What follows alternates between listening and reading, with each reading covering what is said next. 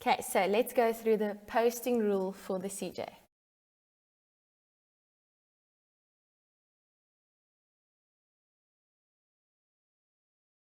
Okay, we've got a main column called creditors control, and every single value goes to creditors control and to another column.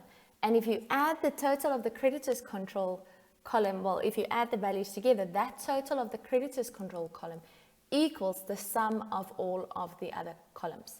So the creditors control column will go to the one side and all of the other columns will go to the opposite side. Creditors control is a liability that increases on the credit side.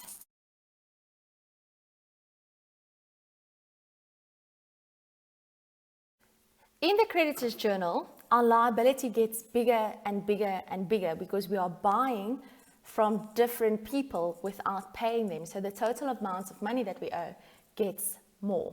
Therefore, the CJ is posted to the credit side of creditors control. And in creditors control, we will write total purchases. All of the other columns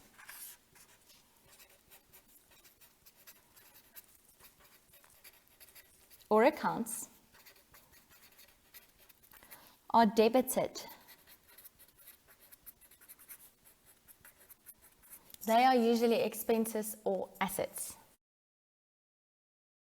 Okay, because if you add all of them together, they give you the total of the creditors control column.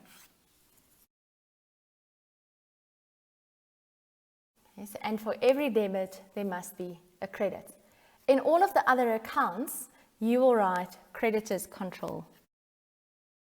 Because if you add all of the values on the debit side of your ledger together that says creditors control, you will get this value on the credit side of creditors control and your ledger will be in balance. Okay, so let's start with creditors control. Let's post this total to the credit side of creditors control.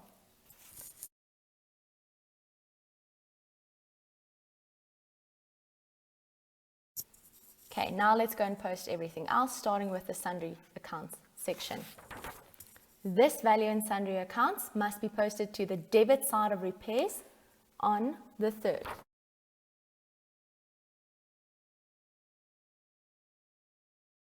This value, the 60 Rand, must be posted to courier on the 12th.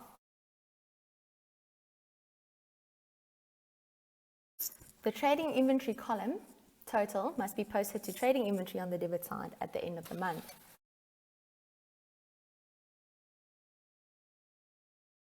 This must be posted to the debit side of stationery at the end of the month.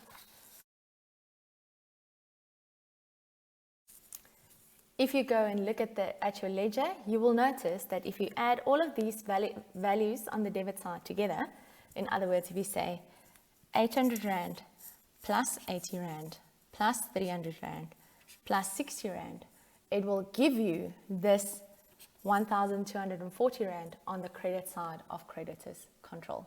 That's why we write creditors control in all of the individual accounts.